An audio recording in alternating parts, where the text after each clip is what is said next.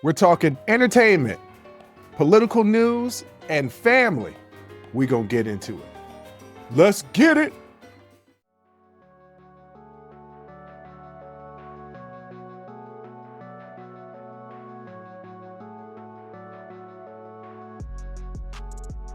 Welcome. First of all, welcome. This is Unsolicited Perspectives. I'm your host, Bruce Anthony, here to lead the conversation in important events and topics that are shaping today's society. Join the conversation and follow us wherever you get your audio podcasts. Subscribe to our YouTube channel for our video podcast, YouTube exclusive content, and our YouTube membership. Rate, review, like, comment, share. Share with your friends, share with your family.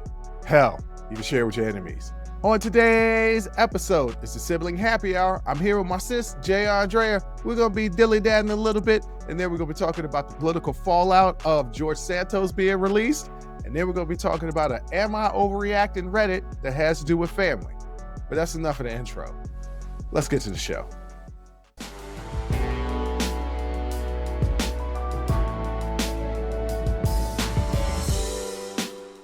What up, sis? What up, brother? I can't call it. I sent you something earlier today, and I was like, oh, this is going to be really cool. Yeah. Eddie Murphy's got a documentary coming out on Netflix, and Yes. all the people that they had interviewed from the little trailer, I was like, oh, this is going to be good. It's going to be perfect. Yeah, it comes out November 12th. I'm excited because it's Eddie in his own words. So that's the part that I love the most. It's not like they are interviewing a bunch of people, obviously, but it's not just that. It's also like he lets you in to his life and about the things that's important to him. And you get to hear about his journey from his perspective, which is dope. I wonder if they're going to get into his advocacy for the LGBTQ plus community. I don't, isn't one of his children queer? I don't know. I just remember the time he gave the trans person a ride. When he picked up the bird. Why you gotta bring up old stuff? I just remember when he gave. You don't remember that? That was in Jet magazine. Yeah, I think probably it's going to be about his life and career. Like, I think it's probably going to be focused on his career. Right. I mean, but his life, because he's got his family all up in it. I just want to know if he's going to be talking about everything. That's the only thing that I have about documentaries when the person is actually involved in the documentary. Mm-hmm. If they have any type of final cut, final say so, it's like, all right, we ain't gonna get the whole story. No, I mean, you're never really reveal them skeletons. You're never gonna get the whole story. Well, Richard Pryor did in Jojo Dancer. Nah, listen, if it's me, if they said, hey, Jonna, we want to do a documentary on you. Yeah, I'm cutting a lot of stuff. You're not getting a whole lot of stuff. And I'm just a regular person. What you cutting? People I've dated. Nah, that's a part of the charity. Nah, you got to cut some of that stuff out. Some of that stuff is embarrassing. Cut it. Nah, I'm not. That's just off the top of my head. No, you're not getting the full story. You're going to get the story I want to tell. See, I would tell the full story. What you're not going to get out of me is the emotional stuff that I personally was going through as I'm telling you these stories.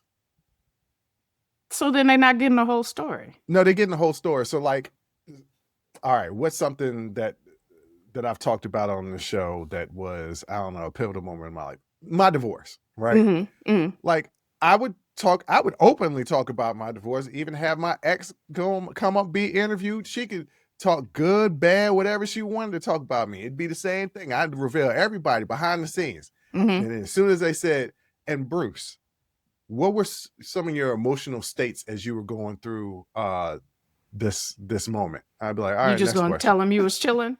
Yeah, no, because ain't nobody. Yeah. So then they're not getting the whole story then. Yeah. No, I'd be like, you know, I'd be real bad. You know, it sucked.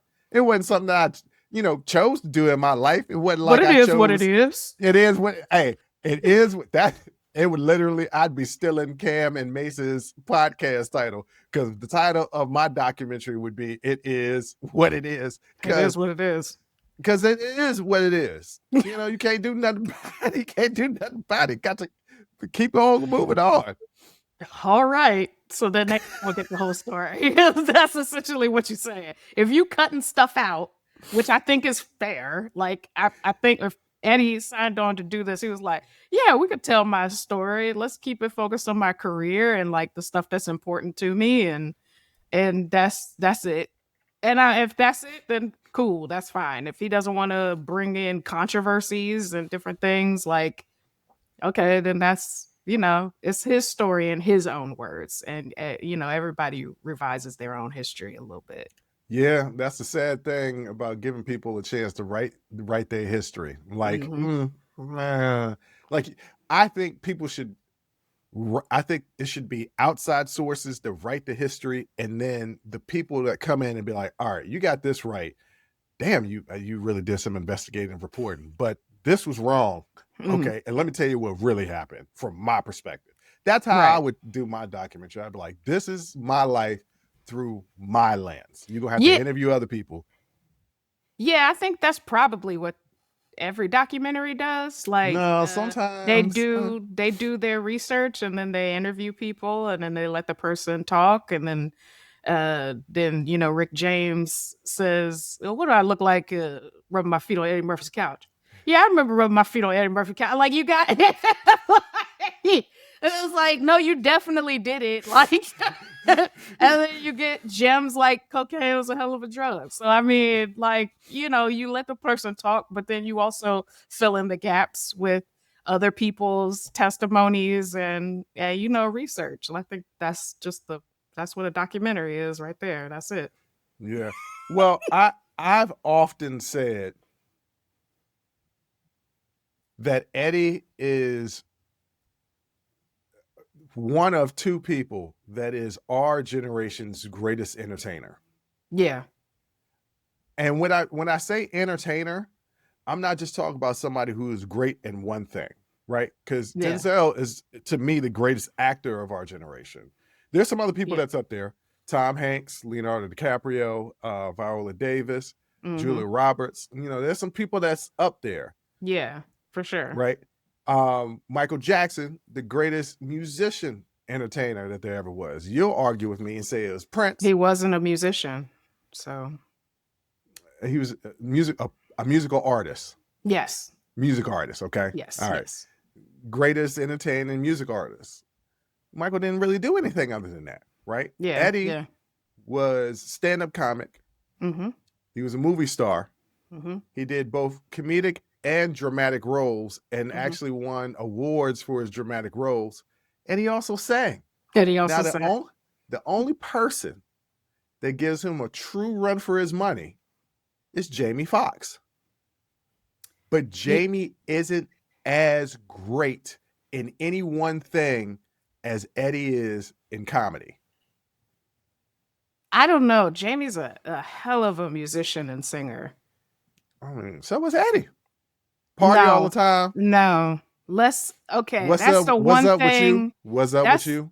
Yeah. That's the one thing I think we can all just start telling the truth on. Party All the Time is a fun song. It's not a good one. And Eddie's voice, it works. But it's not. Come on, y'all. Like, I love Eddie Murphy. Okay. Now, he ain't J-Lo. Okay. He does have talent. Oh, J-Lo got talent. J-Lo got talent. She's got talent. She's got talent. I didn't necessarily say it was singing. I'm talking about singing. I'm talking about his singing. That's what I'm talking about. You seen that ass though, right? Doesn't matter. It ain't carrying no vocal. It ain't carrying no vocal cords.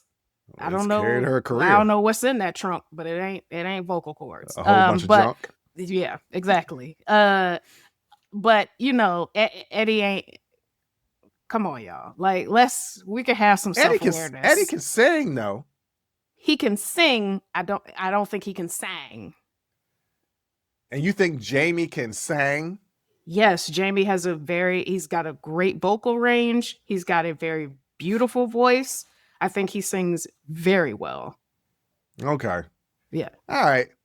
Well, they're the two greatest entertainers of our time. But as far as comedy is concerned, and you know how much I love Bernie Mac, Eddie Eddie is the king. Yeah, because Eddie has really, like, he reshaped what Black youthfulness really was in the context of the entertainment industry, right? Like, they say this in the biopic, in the documentary trailer, that he was straight out of high school, but he came out with so much confidence and power that it really changed the way young Black men were depicted, I feel like, in film at that time. It's like, no, you can be a young Black man and be in charge and in control and aware of yourself and intelligent and funny And be a and sex symbol. be a sex symbol. Yeah. And you don't have to overact to Mm. do it. Like, it was like a certain level to be considered like a true actor. If you were Black back in the day, there was like this certain level of like James Earl Jones type gravitas, very Sidney Poitier, very Harry Belafonte, and it was a little bit over the top because a lot of them were originally stage actors. But here's Eddie kind of coming in like, hey, I'm Eddie. This is, Yeah, he's super confident. Yeah, it's like, I'm gonna leave my car with you, but take care of it. All this happened last time I dropped like that. You know what I'm saying? That's from Beverly Hills Cop, ladies and yes, gentlemen. just the delivery and everything. Like, yeah, I think that's the reason why he's a global superstar. That's the reason why nobody calls him Eddie. He's Eddie Murphy. You give that man his full name. Yeah, you're right. You're right on that one. Speaking of somebody that also has something coming out that is, who I said earlier, the greatest music act, definitely of our generation, probably of all time. I mean, they keep trying to say it might be Elvis, but Elvis and the Beatles as a group weren't moving like Michael was moving. I'm talking about Michael Joseph Jackson. I don't know. The Beatles had folks falling out at their concerts too. So, yes, but their run was short. Well, because it's hard to keep a group together. I mean, even the Jackson 5 didn't survive.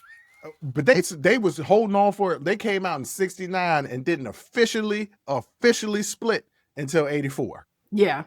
So they had a little run. The Beatles, they had a short run. If you watch the Torture video, it's Randy, Tito, and Marlon. And that's You're right.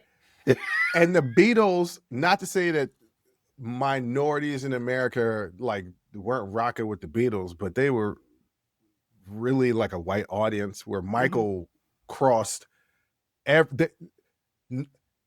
didn't like Michael? Everybody listened. Everybody liked Michael. Worldwide. There's nobody else whose music videos were on primetime television. Facts. So why am I bringing up Michael? We've talked about it previously. He's got a biopic that's coming out. It was supposed to come out April of this year, but it's gotten pushed back to April of 2026 for a very strange reason. So the upcoming Michael Jackson biopic, Michael, had to remove and reshoot large parts of the film due to a legal restriction tied to a past court settlement involving the Chandler family from the 1993 allegations. So in early 2025, multiple outlets, including People, Rolling Stone, and various other outlets, detailed that the film's third act, the third typically is the final act, right? Yes.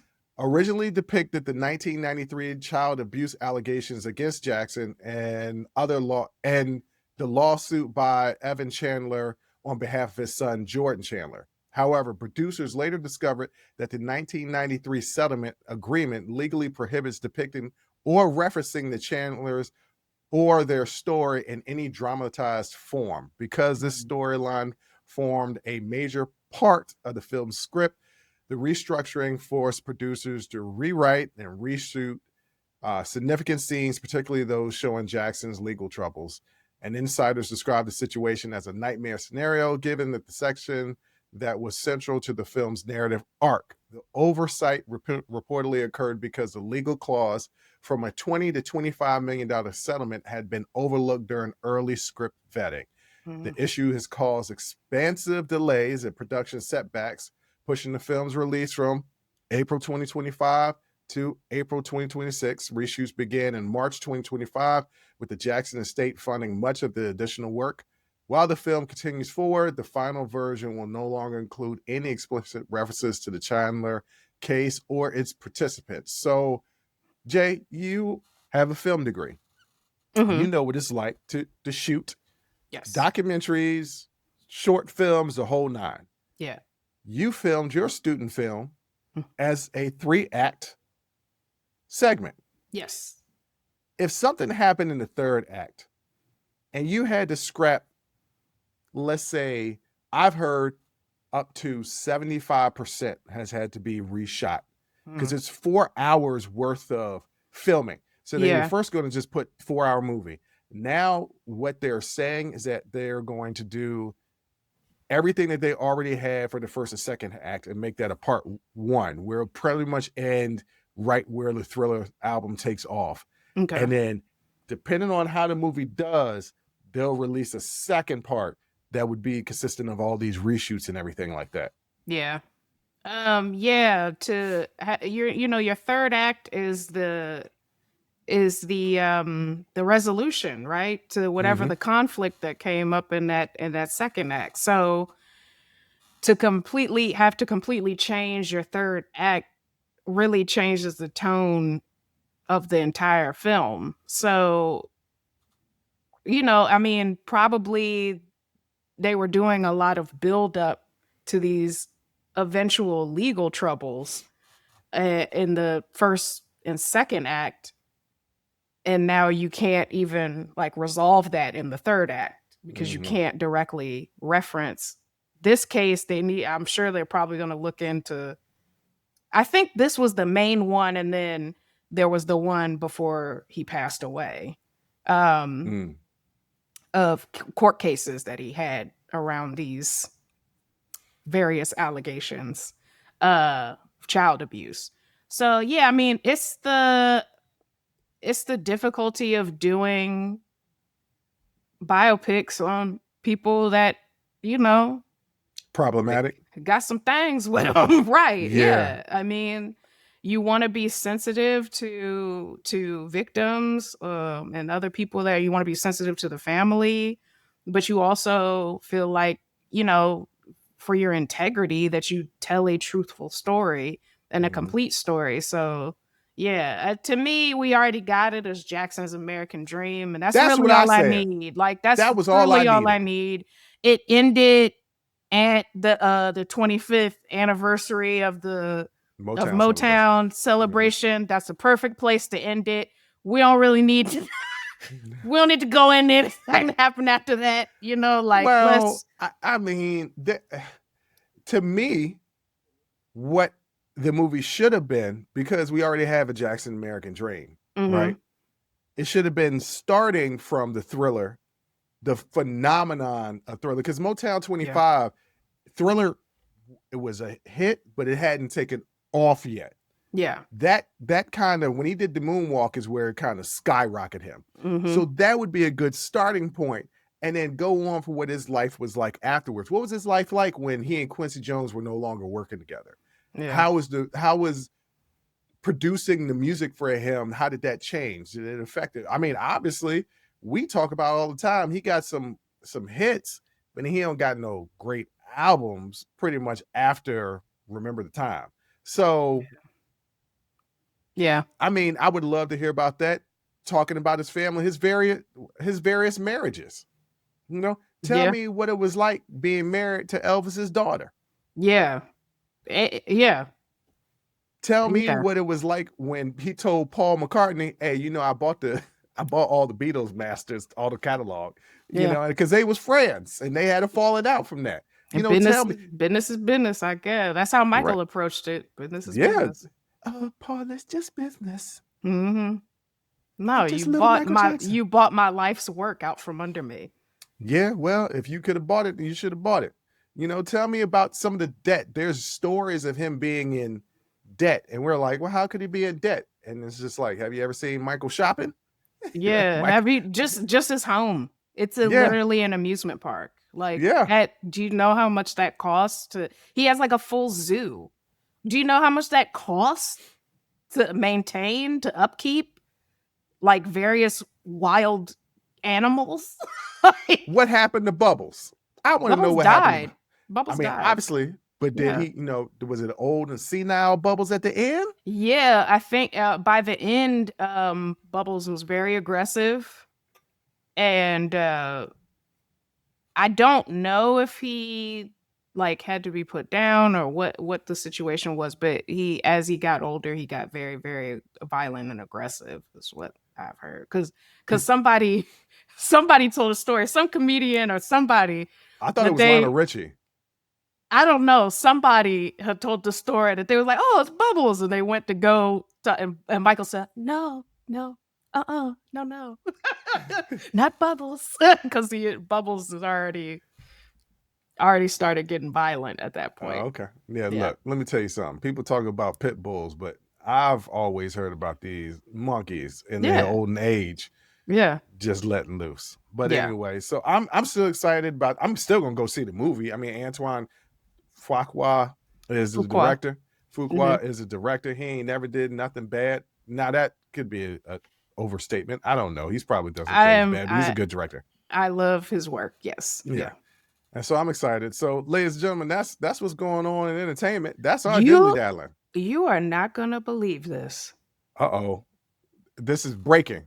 Ladies and gentlemen, this is breaking. I don't know what my sister's about to tell me. This isn't on the rundown. What am I not gonna believe? The chimpanzee is alive and living living a peaceful retirement at the Center for Great Apes in Florida, a sanctuary that has cared for him since 2005. He is 42 years old. Bubbles is almost as old as me. He spends his days painting. Yes, he spends his days painting, that can't relaxing, listening to music, and interacting with other chimpanzees. Despite past rumors, Bubbles is not dead. He is alive and thriving and has been the subject of numerous false reports over the years. Where's the source? What's the source? The source is, let me click here. Yeah, I need that source because I don't believe that. I don't believe monkeys can live to 42. I don't know. Yeah, that don't sound right to me. Okay, so this is the LA Times. Research in real time. Oh, it's real. It's the LA Times? This is the LA Times. Let's see. Because LA Times is a credible source. But the only thing is they have all these pop-up ads. They still got pop-ups? Yes. And in 2005, Dennis stopped working at Great, still living on the rent. Stopped working with Great Apes and sent the ones still living on the ranch, including Bubbles, to the Center for Great Apes, a nonprofit sanctuary in Central Florida. And when this story was written, Bubbles was 26. Bubbles was 42 years old and still alive. Okay. All right, Bubbles. Hey, Bubbles is out there. Bubbles outlived Michael. That's really crazy. That's uncalled for. I am wow. All right. All right, so ladies and gentlemen, Bubbles is still alive, so they can tell the story. They can tell the story of Bubbles. Speaking of a lower form of intelligence, actually, Bubbles is probably light years more intelligent than this next person. You might be right, but we gonna get into George Santos next.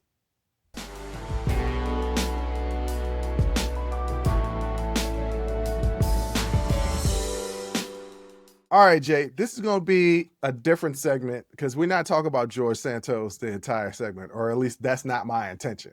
Okay. This intention is to do a news roundup to talk about various stories that's going on in the news that I think are interesting. And the first one just happened to be George Santos.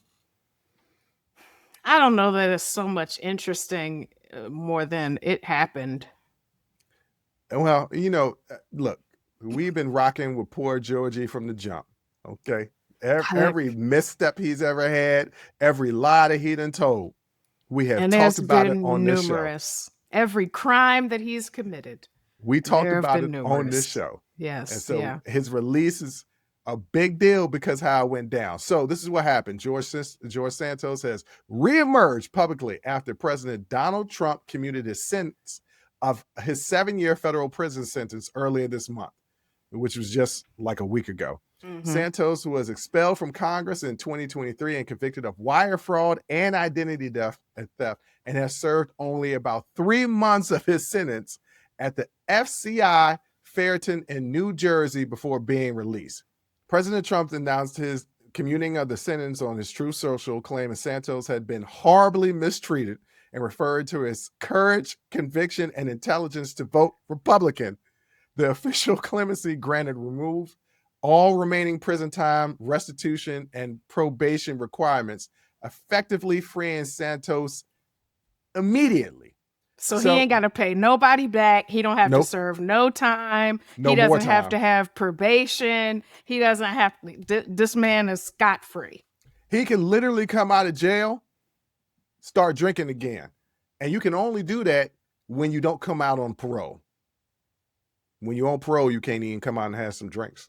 You can't drink. That's breaking your parole. You can't drink while you're on parole. You can't. In most cases.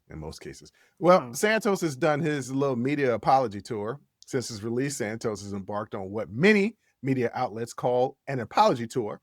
In recent interviews with Fox News, CBS New York, and CNN, Santos has expressed his remorse to his constituents, saying he betrayed their trust and wants to rewrite the ending of his life. He's downplayed his critics, calling outrage over his early release political theater, claimed his persecution was over-politicized by weaponized DOJ, naming former Attorney General Merrick Garland directly. He described his prison experience as traumatic, revealing that he wrote suicide notes, and ate a large slice of humble pie. You only write one note if you're serious. But it's the slice of humble pie. Yeah. That really gives me. But he clearly didn't, right? Because he still called his prosecution over politicized, right? Like he still said, "Oh yeah, I was just a target of a weaponized DOJ." No, you stole from people. You impersonated people. You lied consistently. You literally suck, George Santos. Like I don't have any other way to describe. You suck. Like you suck as a person. Like as a human being, you really, really, really, really suck. Well, while Trump's commutation ends Santos' federal sentence, state prosecutors in New York, specifically in Nassau County, may bring new charges against him. District Attorney Ann Donnelly confirmed her office is reviewing whether Santos can face prosecution under state laws that cover corruption and fraud, independent of the federal case. Good. The move would mirror similar legal tactics once attempted against Paul Manafort after his federal pardon. The community. I said it right. You said it. I said it right, and then messed it up again. When I ain't think about it, ladies and gentlemen, me and my sister had to do several takes of me saying the word commutation. I kept saying commutation, commutation, abomination. Those were the words that was coming out of my mouth. Yeah. But it's commutation. Okay. Yes. And I'm leaving this all in. I cut out all the other stuff. I'm leaving this in. Leave it in. The commutation has drawn sharp criticism from New York Republicans, lawmakers like Nick LaLota and Andrew. You know what? Garbarino. I think it's Garbarino. I think it's Garbarino. Isn't that an N in there? Nope, that's an R. Garbarino. Okay, so part of the reason is I might need glasses, ladies and gentlemen. Both of these Republican lawmakers have called the decision shameful and said Santos has shown no real remorse. Meanwhile, Santos insists he is not getting away with his crimes and has promised to do good going forward. Yeah, he's a liar, so I wouldn't believe anything. He's a habitual liar. Like he cannot not lie. So yes, you are getting away with your crimes. No, we all know you suck now. So like to a certain extent, you're not getting away with it. But if I don't see him on like next season of Dancing with the Stars or something, like I'll be surprised. So we definitely have not seen the last of George Santos. He is not going to do good. I don't think that he's capable of it. I think that he is a pathological liar, and in addition to being a habitual one. So yeah, and he sucks. Yeah, I would say, white privilege, but he's not. He's not. No, He's not. So he is male just part. privilege, No, it's a Trump lion privilege. privilege. It's a Trump Oh, privilege. It is. There's no telling what kind of letters he wrote.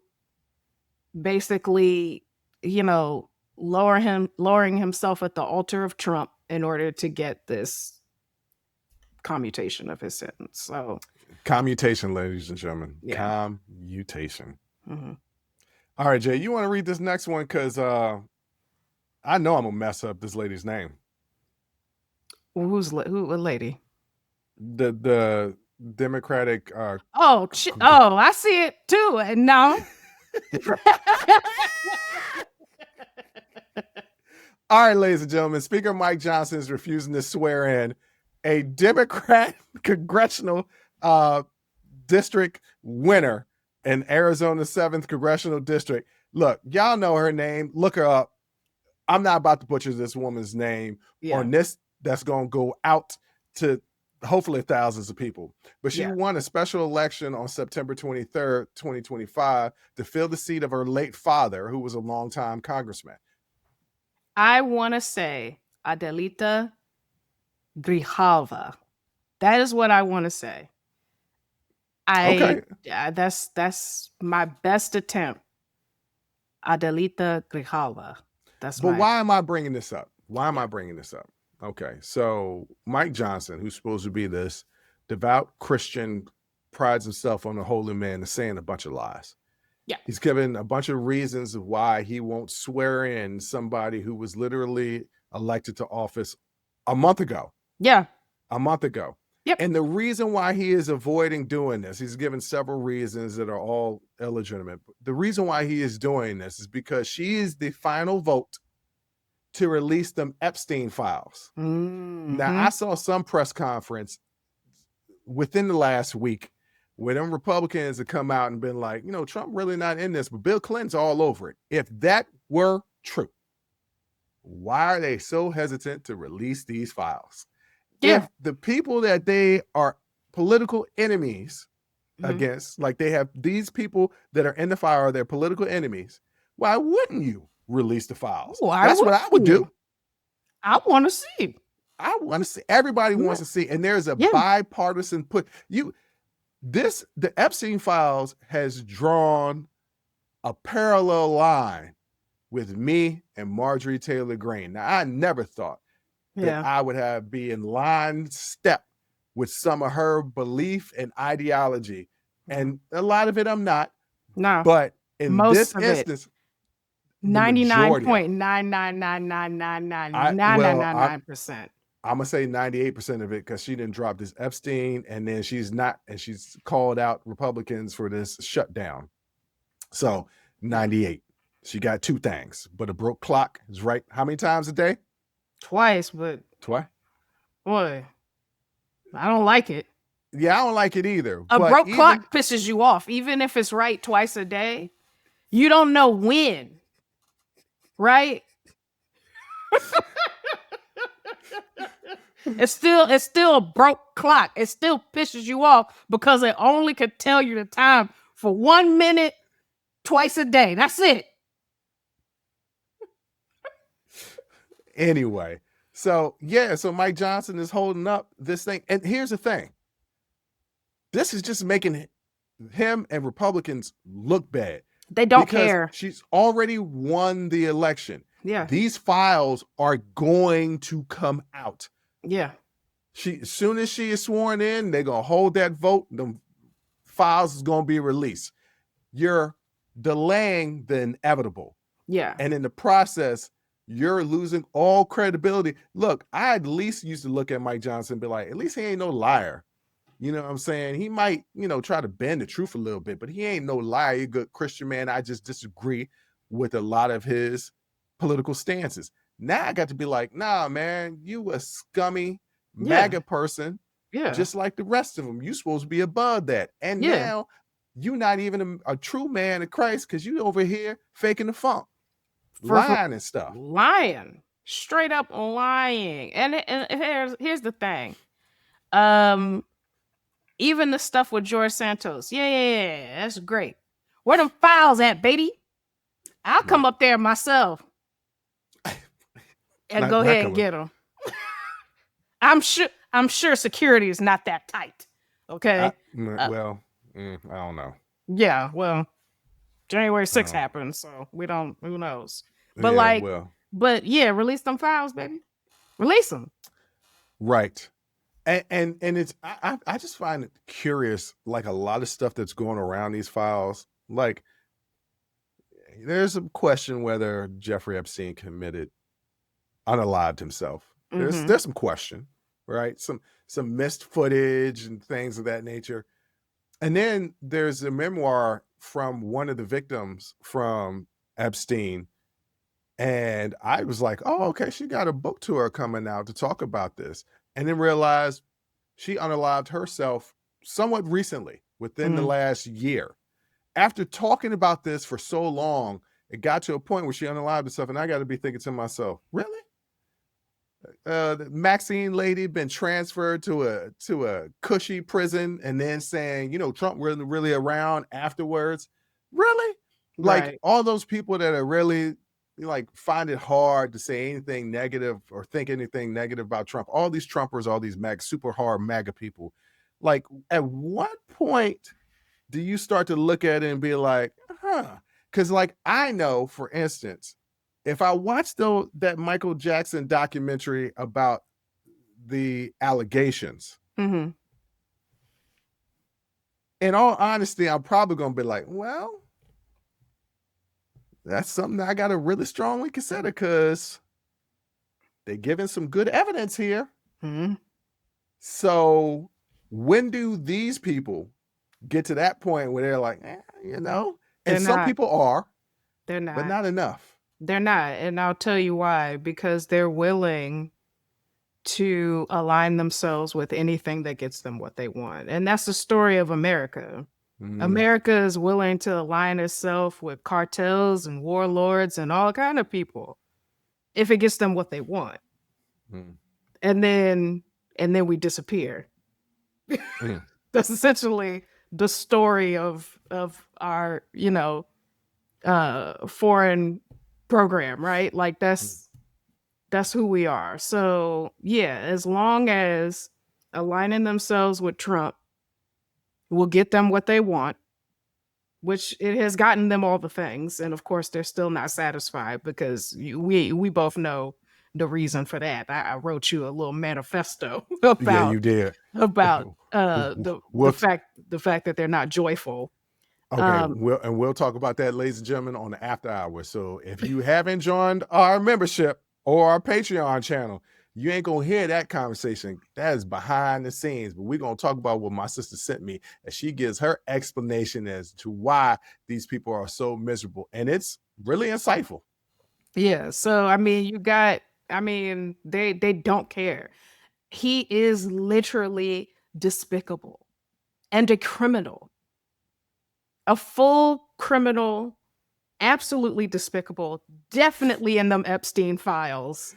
Yeah. And they do not care so long as they get what they want. They are willing to turn a blind eye to this terrible, horrible person. Yeah. And continue to align themselves with it. So no, this is it. By and large, writ large, they're not going to, it's just not going to happen. They're going to fall in step. They're going to fall in line. Well, that's the reason why the third topic of the news roundup is so important. The No Kings rally. So the No Kings protest took place on Saturday, October 18th, 2025, with around 2,600 events across every state, or nearly every state in the U.S., and millions participating, making it one of the largest day of protests in U.S. history. Demonstrators gathered in cities and in rural areas, often wearing yellow to symbolize solidarity and holding signs with slogans like "No Kings, No Tyrants." The atmosphere was mostly peaceful, and family friendly with speeches, music, diverse popular participation from educators, government employees, families, and activities. Now, when I say mostly peaceful, the people that were causing a ruckus were the counter protesters, MAGA protesters, that specifically went there to start some stuff. And let me tell you, you MAGA protesters, because there was a group of people that decided they wasn't going to participate in this No Kings rally because they participate in everything and they tired of fighting the fight. So these other people that are participating in the rally need to start fighting the fight. And then when they get some momentum, that those people that decided not to participate will join back in, but they want other people to prove that they in it for the long haul. Right. Be thankful them people wasn't in it, because what you got a lot from these No Kings protesters are people who are to fall from that Martin Luther King tree of non-violence. You know, like you hit on me and they ain't gonna gang up on you.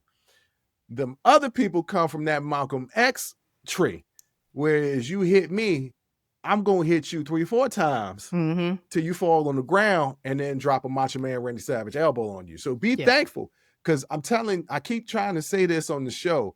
The people that come out there and try and start stuff, like these young kids who are trying to be the next Charlie Kirk going to HBCUs, talking about Trump, you trying to stir up something. Yeah. You're going to get your ass whooped. You're going to get your ass whooped. Because here's the thing, and I say this all the time. Yes, we have freedom of speech, which means the government cannot impose restrictions on your speech, but I can beat your ass. So please, play where it's safe. Do not take your behind to Howard campus. Oh, we didn't know it was a historically Black college with Make America Great Again hats on, because you got what you got. You tried it and it failed. Don't do that. The crazy thing is they went there and they didn't get got. They got ran off.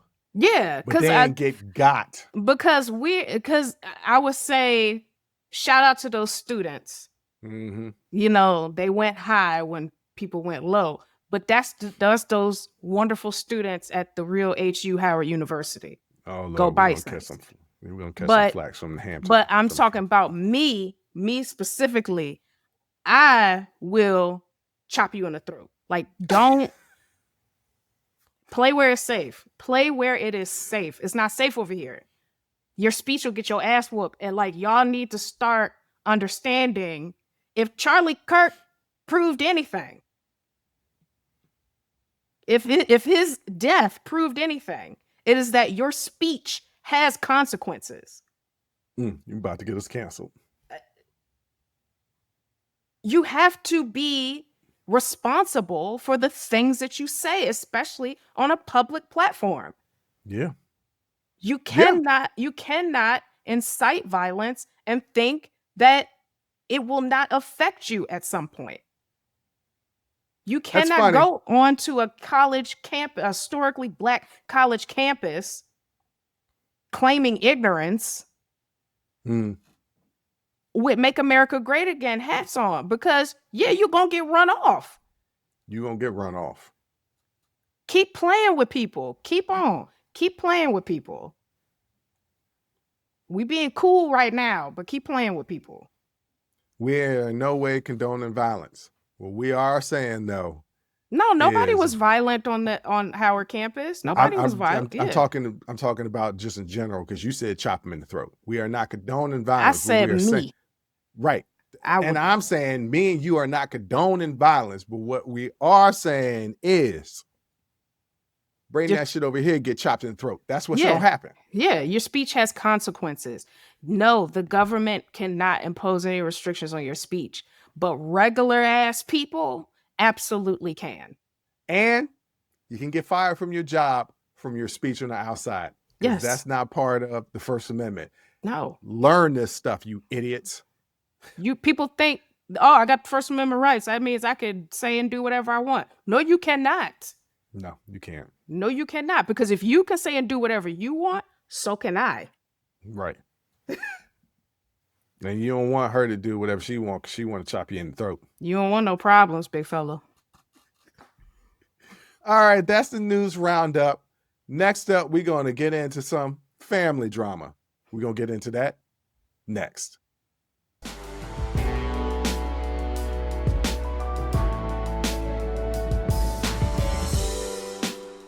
Okay, Jay, I know this is a rarity. I typically don't do it on the main show. These are typically reserved for YouTube exclusives, but I Yeah. decided that I wanted to bring a little bit of levity because I knew this particular story from Reddit would set you on fire. And anytime I could set you on fire and get that reaction, I know our audience is going to get a chuckle. So, Yeah. the title of this Reddit post is, Am I Overreacting? Who needs enemies when you have family? Aunt harvested my garden and my mom let her do it. Now, just from the title, Jay, you think she's overreacting? Hell no. Because what you mean? Read it. Because I know I didn't spend my time in that dirt for you to take all my vegetables and my mama let you do it? And everybody is catching hell. All right, so this is what she posted. I spent 6 months growing my garden, planting it, watering it, taking care of it, watching it grow. Something successful I built and poured into so much that my mom helped me expand and plant it in the ground. Mm-hmm. And I come home today, and at the end of the growing season, to see it basically bagged up and wiped out. My drama-loving aunt, who I stay away from, is visiting from the city and decided to harvest about 75% of it without asking. And my mom just let her, didn't stop her, didn't text or warn me, just let it happen. And probably encouraged it out of a mix of pity and a history of bad influence. Then my aunt has the nerve to brag to me that she took it all and will give it to her neighbors like it was hers to take. I'm beyond disappointed, but mostly I'm just done with this level of ignorance. I don't even care to say anything because I'm so shocked and annoyed at the lack of care for my feelings and my hard work. I won't waste my time teaching grown adults basic respect. I would love some advice on moving past this. No contact. Mm. No contact. From here on out, from just the aunt or the aunt and the mama? Because the mama was helping. So you and your mama gotta have a conversation. That's your mama, so I can understand you not wanting to go no contact over some vegetables. But that aunt, the fact that you did it, didn't ask me, didn't nothing, took most of it, took the majority of it, and then had the nerve to brag about it and to tell me that you're giving it away to people. Like I wasn't going to use it for myself, or maybe I had intended to give it to people because, again, this is my work. Please don't piss me off. You knew when you picked this Reddit that it was going to piss me off. But no contact. No, we're done.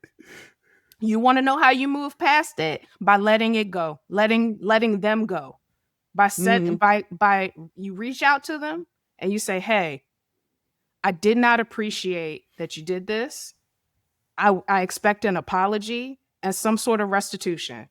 If you do not give me those things, we no longer have contact. That is the boundary that I am setting. You either pay me back for what you stole and apologize to me, or we do not have anything to do with each other after that. And I guarantee you, from what this aunt sounds like, she gonna double, triple, quadruple down on it. And then guess what? A couple tomatoes and you got somebody who get on clearly everybody's nerves out your life.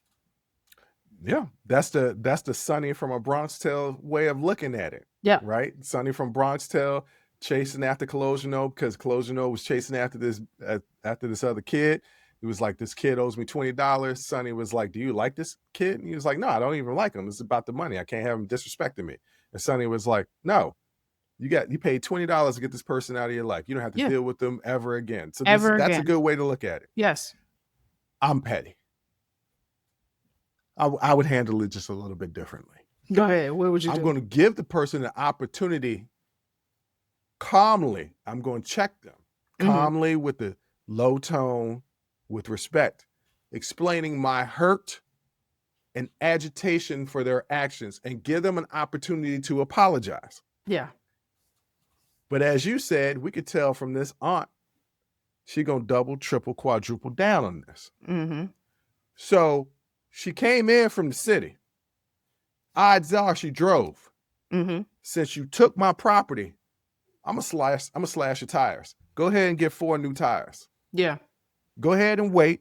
You're gonna have to get 4 new tires because maybe I was saving that to sell it. So you literally took money out of my pocket. So because you took money out of my pocket and I gave you the opportunity to apologize, you ain't want to apologize, I'm gonna slash your tires. And guess what? If any of my cousins, say if that aunt got some kids, got some issues with it, they can come to the crib and we can handle that too. Yeah. This is when, ladies and gentlemen, I chop people in the throat because what I cannot stand is inconsiderate people. Yes. Acting like, I've said it before, they are the main character in everybody's life. And this was main character energy. Yeah. Main character as in the, what is it, protagonist, antagonist, the antagonist, main character energy, but main character energy. And mom, you know, it's funny because we have certain scenarios in our personal life where we've told some things to our parents in confidence. Mm-hmm. And next thing you know, family's like, yeah, I heard about that. And be like, hey, I told you this. Why you? It's just family. Okay, cool. That means really can't tell you nothing anymore. Yeah. Good luck with that. So I always give people opportunity as I've gotten older to explain to people, hey, look, this bothered me. This is the reasons why it bothered me. Mm. And for them to give me a response. Could I be overreacting sometimes? Maybe. In this particular case, this woman would not be overreacting of explaining how hurt that she was, that she built something. She had pride in what she built. And you don't even get to reap the benefit of it. Not you literally took food out my mouth. Right. And not only that, you're going to sit here and brag about it that you're not even taking it for you. No. It'd be one thing if you was hard up, the shutdown done hurt you, you ain't got no money coming in, you need some food.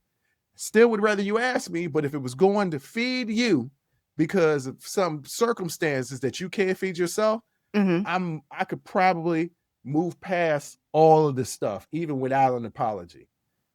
I could probably move past. But you're saying that you just gonna give it to neighbors? No, you better than me. No, if somebody came in my house right now and just opened my fridge and started taking stuff out, it's like, hey, I'm hungry, so I'm gonna hit you up for this food, and walked out, we gonna have words. No, you literally taking food out my mouth.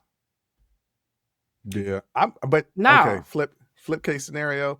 If I live down there, I might stop by the crib because you got a lot of chicken nuggets at your house. I might stop by the crib and grab some chicken nuggets and be like, hey, I'm taking some chicken nuggets. You would take some. You wouldn't take 75% of my chicken nuggets. Might, because I'd be like, your stomach ain't that big anyway. You can only eat a quarter of them, so I'm gonna take the 3/4 that you can't eat. Nah, this is, and honestly, to this poster, you don't have to. I appreciate my brother and I will approach them respectfully and all that, but she didn't respect you. Respect is a two-way street. You're right. It's 2 ways. If you get it, if you give it, but if you don't, you don't. And not having my respect is ugly. So please play where it's safe. Like you didn't respect me when you came and took food out my mouth. So I'm not going to respect you in my response. Either you apologize to me and pay me back for what you stole, or do not ever come around me no more. Period.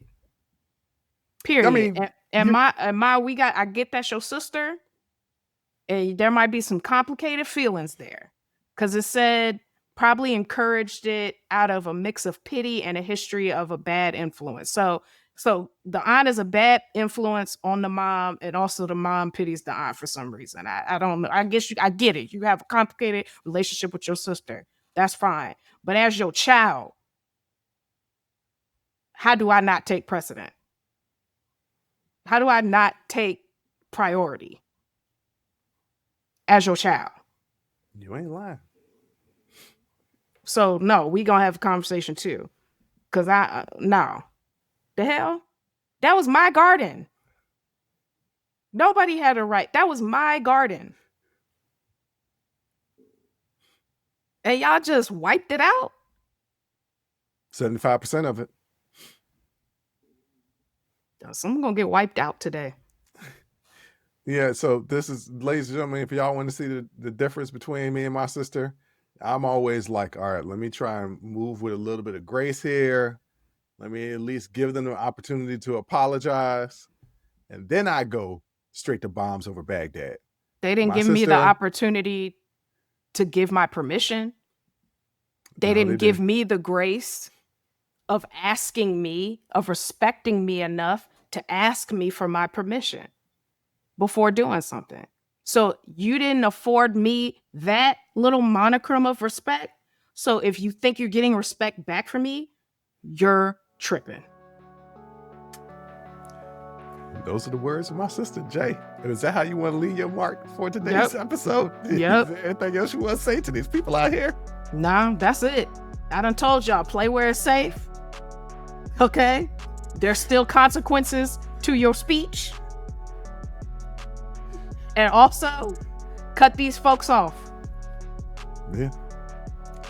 And on that note, ladies and gentlemen, I want to thank you for listening. I want to thank you for watching. And until next time, as always, I'll holla. Woo! That was a hell of a show. Thank you for rocking with us here on Unsolicited Perspectives with Bruce Anthony. Now, before you go, don't forget to follow, subscribe, like, comment, and share our podcast wherever you're listening or watching it to it. Pass it along to your friends. If you enjoy it, that means the people that you rock will enjoy it also. So share the wealth, share the knowledge, share the noise.